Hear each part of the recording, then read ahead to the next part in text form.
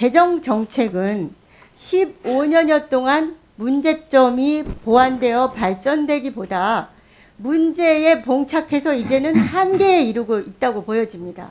본 의원은 기획재정부가 재정개혁과 내부 혁신도 없이 무소불위의 거대 공룡 조직의 막대한 권한으로 관행적이고 안일한 재정 운영을 하고 있다고 여러 근거를 토대로 분석을 하고 있습니다. 코로나 등 급변하는 경제 환경 속에서도 계속해서 대폭적으로 예산은 확대되고 있는데 반대로 재정 개혁은 후퇴되고 있는 게 아닌가. 그래서 혁신적인 조직으로의 개편도 절실하다 이렇게 판단하고 있습니다. 한국은행이 상당히 문제가 많다고 보는데요. 코로나19 피해 기업 지원 자금은 저신용자, 자영업자에게 한국은행이 100%를 지원하는 경우도 많이 있는데 3.78%, 3.23%, 3.06% 등 서민들에게 과도한 이자 부담을 하게 하고 있는 거죠. 지나치게 좀 금리가 이유 없이 높게 된 거에 대해서는 저희가 다시 한번 적정 금리 수준을 보도록 그렇게 하겠습니다. 데이터를 독점한 플랫폼 대기업이 정부와 공공기관을 상대로 전자고시 장사를 하고 있고 앞으로 예산이 계속 늘어날 수밖에 없을 겁니다. 그런데 모바일 전자고시 사업이 공공요금 예산으로 편성이 되어 있어서 담당 공무원조차도 정확하게 상황을 파악하고 있지 못하더라고요. 왜 그러냐 하면 이 경제정책을 수립하는 기관에서 기본적인 통계 관리를 잘못하게 되면 한은행에 대한 신뢰도 무너지고요. 또 앞으로 그 경제정책을 하는데도 영향을 크게 미칠 수밖에 없습니다. 어떻게 생각합니까? 그리고 어떻게 고칠 계획입니까? 네, 수고들 많으십니다. 기재부 장관께 오늘 본 의원이 낸 정책자료집 이 4대 재정개혁의 문제점과 개선 방안을 꼭 보셨으면 한다는 네네. 제안을 드리면서 질의하겠습니다. 장관께서는 노무현 정부에서 추진한 5년 단위의 국가재정운영계획, 또 부처 총액예산 배분과 자율편성, 성과관리제와 디지털 예산회계 시스템 구축 등 4대 재정개혁 추진을 기억하시죠? 네네. 당시 재정개혁의 성공적 정착을 위해서 예산 관련 법도 종합정비해서 국가재정법을 정비했고 지금까지 이 법 제도에 따라서 재정이 운용되고 있습니다. 그런데 예산 규모는 노무현 정부 당시에 200조 원대였습니다. 이명박 박근혜 정권을 거쳐 문재인 정부에서 3배 정도인 600조 원대로 진입을 했는데 재정 정책은 15년여 동안 문제점이 보완되어 발전되기보다 문제에 봉착해서 이제는 한계에 이르고 있다고 보여집니다. 근데 한편으로는 재정 당국은 이명박 정부 이후에 예산정책과 예산재정을 관장하던 기획예산처와 경제정책, 재원조달, 금융정부회계를 관장하던 재정경제부를 통폐합해서 기획재정부로 개편을 했습니다. 지금까지도 문재인 정부에서 그대로 유지가 되고 있는데요.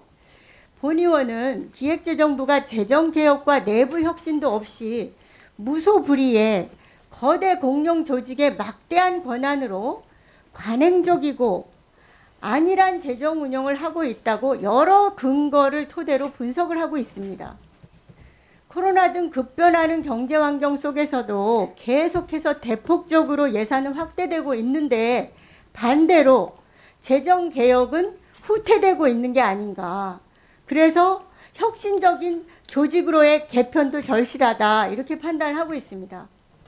국가재정운용계획은 매년 국회에 제출되고 있지만 심의도 받지 않고 있고 계획 달성 여부에 대한 구속력도 없습니다.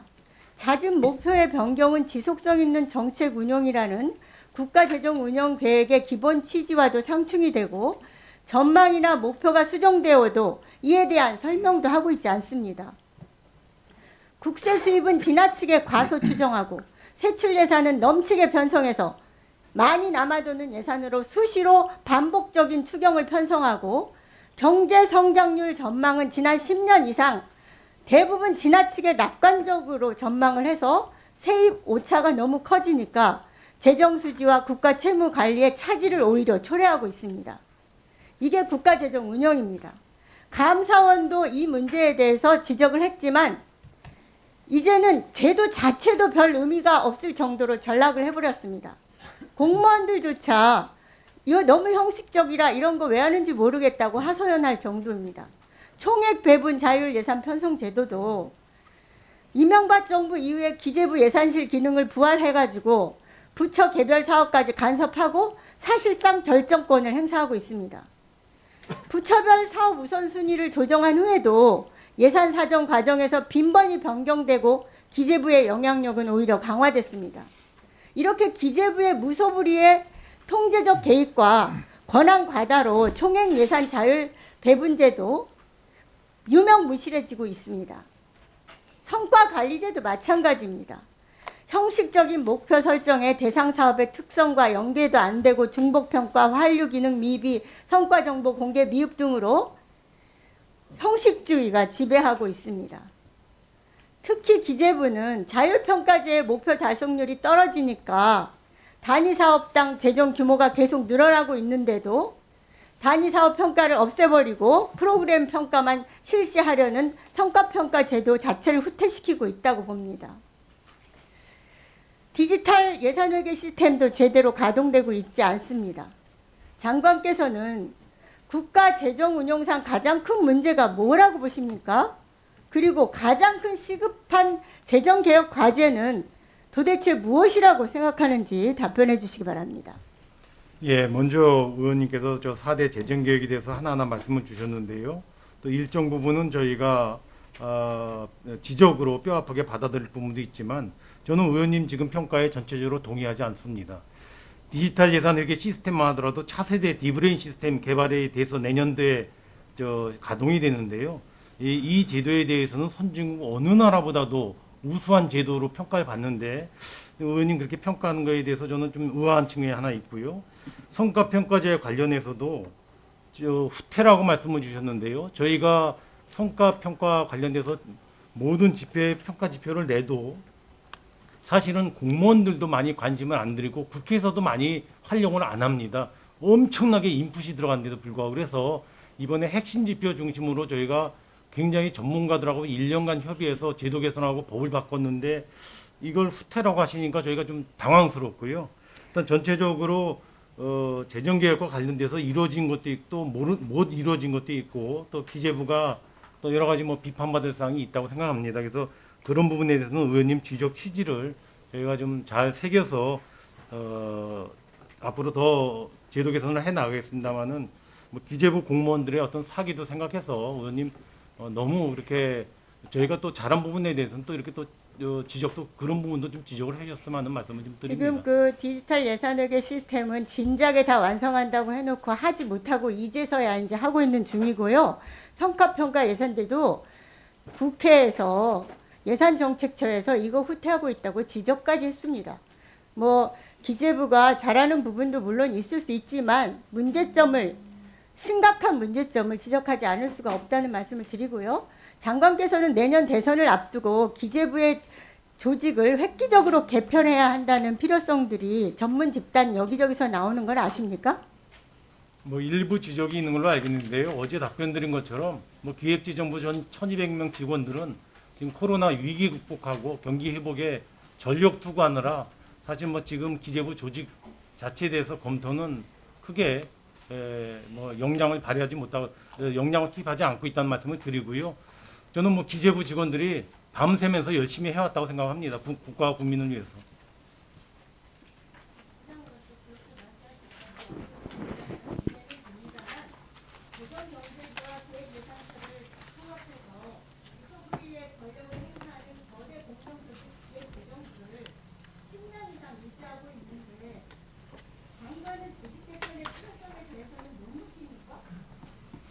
예, 저는 기재부 역할을 충실히 해왔다고 생각하고요. 의원님께서 자꾸만 무소불위 이렇게 하시는데 저는 기재부가 재정 원칙과 재정 규율 또 기재부가 해야 될 역할을 제대로 하면서 욕도 먹고 또 그렇게 지적도 받고 한다고 생각을 합니다. 예. 예산 기능하고 재정 기능을 분리해서 상호 견제와 균형을 통한 재정 혁신을 이룩해야 한다는 거에 네, 그 기재부는 의원님 아시는 것처럼 과거 한 40년간 보면은 그 여러 가지 조직 개편이 이루어져 왔습니다. 통합도 있었고 분할도 있었고 또 조직 개편도 있었고요. 저는 뭐 그 시대적 상황에 맞게 여러 가지 조직이 잘 작동될 수 있도록 개편안을 마련하는 건 필요하다고 보지만 지금 상황에서 저희는 거기에 들여다볼 시간이 없다는 말씀을 드립니다. 예, 양경수 의원님 수고하셨습니다. 이어서 유성걸 의원님 질의하시겠습니다. 네, 수고 많으십니다. 기재부 장관께 묻겠습니다. 네, 기재부는 금융기관을 통해서 중소기업이나 저소득층에 대한 대출 및 융자 사업을 하고 있죠. 예, 예. 혹시 대출 금리도 아십니까? 중소기업에 대한 대출 금리요. 네. 뭐 지금 0.5%도 지난번에 한번 준 적이 있고 대개 한 1.5에서 2.5 정도가 되지 않을까 싶습니다. 네. 기재부는 공공자금관리기금의 예수예탁 및 융자 조건 결정 기준에 따라서 융자 대상자 수가 적은 민간기업이나 개인 대출은 1.0%, 또 불특정 다수의 개인이나 기업 대출은 대출 은행에 1.5%의 수수료를 지급하고 있습니다. 그 결과 2021년 공공자금관리기금 융자 사업의 최고 금리를 0.69%로 유지할 수 있었는데요. 알고 계시나요? 예, 예. 지방정부들도 기재부 지원금리 기준을 활용해서 시중은행과의 협상을 통해 인건비, 보험비 등 리스크 관리비를 보장하면서도 지역 중소기업들에게 융자 사업으로 1% 금리로 지원을 하고 있습니다. 매우 고무적이라고 생각합니다. 그런데 한국은행은 43조 원의 금융중개 지원 대출을 시행하고 있는데요. 한국은행이 100%를 지원하는 소상공인 지원 및 코로나19 피해 기업 지원 시에 시중은행에서 한국은행으로부터 0.25%의 금리를 지원받습니다. 그런데 코로나19 피해 기업에게는 최대 15배가 넘는 3.78% 정도의 이자 폭리를 취하면서 대출을 해주고 있습니다. 기재부 공자기금 융자사업 금리의 2배나 되는 거죠. 장관은 이런 사실을 알고 계십니까? 예, 그거는 금리 수준이 아까 말씀드린 대로 뭐 최저 0.5까지 갔지만은 지금 의원님 말씀하신 대로 최근에는 3% 넘는 금리로 지원되는 것도 있는 걸로 알고 있습니다. 네, 그 한국은행이 상당히 문제가 많다고 보는데요. 코로나19 피해 기업 지원 자금은 저신용자, 자영업자에게 한국은행이 100%를 지원하는 경우도 많이 있는데 3.78%, 3.23%, 3.06% 등 서민들에게 과도한 이자 부담을 하게 하고 있는 거죠. 그래서 한국은행은 43조 원의 공적 자금을 0.25%의 최저금리로 지원을 하면서도 시중은행하고 대출 금리를 의논하지도 않았습니다. 이런 사태를 파악도 못하고 있다가 국정감사에서 제기를 하니까 이제야 알아보겠다. 은행들의 장사와 폭리를 옹호하고 있다고밖에 볼 수가 없고요. 이에 대해서 경제부총리는 어떤 생각을 하십니까? 예, 의원님 제가 지난번에 지금 의원님 같은 지적을 한번 들어서 파악한 적이 있었는데요. 그 이후에 아마 제가 알기로는 다소 좀 금리가 낮춰진 걸로 저는 알고 있는데요. 또 한은이 대출해주는 0.25%를 기준으로 할 수는 없었을 것 같고요. 지나치게 좀 금리가 이유 없이 높게 된 거에 대해서는 저희가 다시 한번 적정 금리 수준을 보도록 그렇게 하겠습니다. 네, 한국은행 총재께 묻겠습니다. 한국은행은 기재부나 정책금융과 한국은행의 금융 중개 지원 대출의 형태가 다르기 때문에 시중은행에서 저금리로 대출하는 것은 한계가 있다는 입장이죠. 그렇습니다. 네. 네, 극심한 고통 속에 벼랑 끝으로 내몰리고 있는 소상공인들이나 중소기업, 코로나 피해 기업 등은 안중에 없는 한가로운 자세로 시중은행을 계속 옹호하고 있다는 데 대해서 본 의원은 분노를 느낍니다. 본 의원은 한국은행의 금융중개지원 대출에 시중은행 이자 폭리 실태는 반드시 개선돼야 되기 때문에 감사원을 통해 정확한 진상을 파악해야 한다고 판단하고 감사원 감사를 요청합니다. 기재부 장관께서는 한국은행의 금융중재 지원 대출이 감사원 감사가 추진된다 하더라도 한국은행 금융위원회와 함께 긴밀하게 협의해서 코로나 피해 기업, 중소기업, 소상공인 자영업자들의 부담을 최소화할 수 있는 방안을 마련해서 제출해 주시기 바랍니다. 그렇게 해주시겠습니까? 예, 뭐 감사가 이루어지면 그렇게 하고요. 그 감사와 관계없이 의원님 말씀대로 좀 그 금리가 필요 이상으로 과다하게 설정이 돼 있다면은 뭐 저는 거기에 대해서는 점검할 필요가 있다고 생각이 됩니다. 네, 수고하셨습니다. 다음으로 유성걸 간사님 질의해 주시기 바랍니다. 네, 국감에 고생 많으십니다. 기재부 장관께 묻겠습니다. 본 의원이 지난 결산 심의 시에 카카오, 네이버 등 플랫폼 대기업이 모바일을 통해서 각종 안내서를 전송하는 전자고지 사업의 문제점을 지적했었는데요. 당시 지적한 문제는 통계 오류에 따른 예산 낭비, 개인정보법 위반, 국가계약법 위반 등이었는데 기억하시는지요? 네네. 네. 특히 그 잘못된 전자고지 수신 이력 오류가 국세청 안내문은 7만 4천 건이었고요. 건보공당 안내문은 무려 1,400만 건에 이르렀습니다. 그래서 전자고지 문제가 많이 노정이 벌써부터 되고 있는데요. 데이터를 독점한 플랫폼 대기업이 정부와 공공기관을 상대로 전자고시 장사를 하고 있고 앞으로 예산이 계속 늘어날 수밖에 없을 겁니다. 그런데 모바일 전자고지 사업이 공공요금 예산으로 편성이 되어 있어서 담당 공무원조차도 정확하게 상황을 파악하고 있지 못하더라고요. 그렇기 때문에 기재부가 예산 편성 지침을 개정해서 현행 공공요금에 포함되어 있는 모바일 전자고지 관련 예산을 별도로 분리를 좀 할 필요가 있습니다. 그리고 사업 적정성, 계약의 공정성 등을 보다 면밀하게 조사토록 해서 관련 지침을 정부 및 공공기관에 하달하고 부처에도 공시를 할 필요가 있다고 생각하는데 그렇게 해 주실 수 있는 그 계획이 있는지요? 네, 의원님 의원님 지적하시니까 저희가 검토해 보겠는데요. 저희가 일흥 그 검토해 본 바에 의하면은 모바일 전자고지가 이미 이제 기존에 했던 우편을 대신하는 그런 수단이기 네, 때문에 압니다. 예. 이거 구태여 그 별도의 목적 사업으로 할 만큼 실익이 있는가는 좀 조금 저희가 금방 이렇게 판단이 안 쓰는데요. 한번 저희가 판단해 보도록 하겠습니다. 저희는 기존처럼 공공요금으로 해도 크게 문제 없을 걸로 생각이 되는데 하여튼 문제 제기를 주셨으니까 저희가 검토해 보겠습니다. 네, 검토해서 그 결과를 좀 보고해 주시기 바랍니다. 예, 예. 한은 총재께 묻겠습니다. 2019년부터 2021년 10월 현재까지 한국은행 경제통계 시스템에서 통계 오류가 12개 통계 항목으로 이렇게 수정이 됐습니다. 비은행 금융기관의 지역별 여수신, 가계신용, 예금규모별 계좌 및 금액, 가중평균금리, 신용카드, 전자금융 통계 100대 지표 통계 오류가 있었고요. 최근 4년 10개월 동안 예금 규모별 계좌 및 금액 통계와 3년 9개월 기간 동안 신용카드 이용 건수에서도 잘못된 통계를 제공하다가 수정을 했습니다. 한국은행은 금융기관 전산 오류 때문에 어쩔 수 없다 이렇게 답을 하고 있는데 왜 이런 문제가 이렇게 계속 반복되고 있습니까?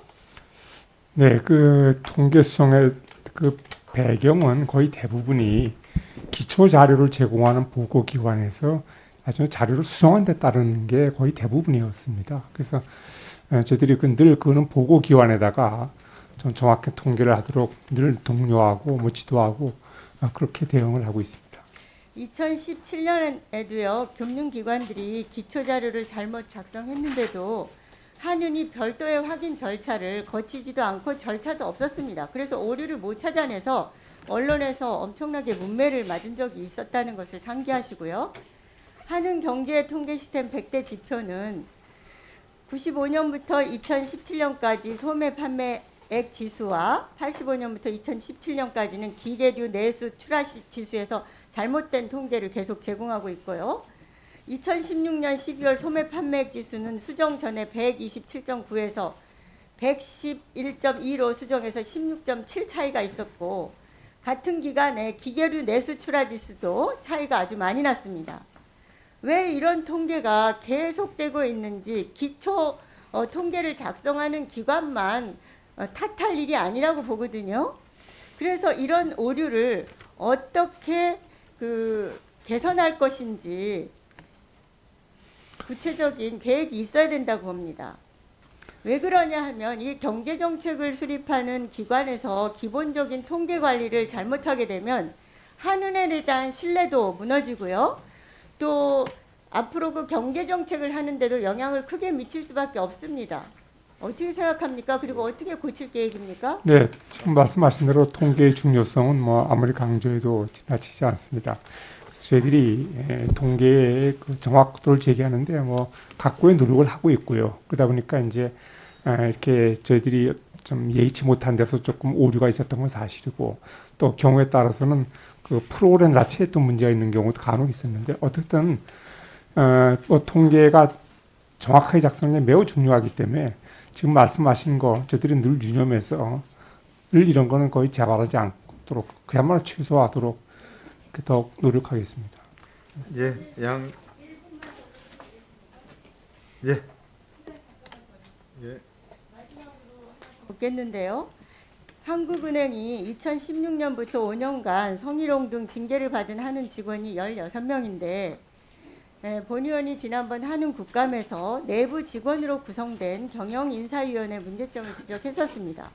그러면서 인사위원회에 외부 의원을 추가로 구성하는 등 개선안을 제안을 했었는데요. 그 개선 방안을 지금 마련하고 있습니까? 네, 저희들이 뭐 지난번 지적하신 대로 저희들이 지금 이제 검토하고 있습니다. 네. 검토하고 있습니까? 네, 검토하겠다는 게 안 하겠다는 뜻은 아니고요. 검토하겠다는 거는 지금 저희들이- 한은의 담당 부서에서는 네. 이미 충분히 검토해서 개선 방안을 마련해서 외부 인사들을 추가하려는 준비를 하고 있다. 이렇게 답변을 하던데 네. 총재께서는 아직 검토하시는 겁니까? 저희들이 결정을 안 했던 거죠. 아직은 제가 검토하겠다는 거는 안 하겠다는 게 아니고 아직 결정을 안 했다는 뜻이고요. 지금 저희들이 그런 성희롱, 괴롭힘 그 객관성을 하기 위해서 그 심의위원회나 조사위원회는 이미 외부 위원이 다 들어와 있습니다. 단지 이제 위원이 지적하신 건 양형을 정하는 징계위원회에도 좀 그런 식으로 개선하라 그 말씀 아니겠습니까? 예. 예. 하여튼 네, 잘 알겠습니다. 예. 예, 양경숙 의원님 수고하셨습니다. 이어서 유성걸 의원님 질의하시겠습니다.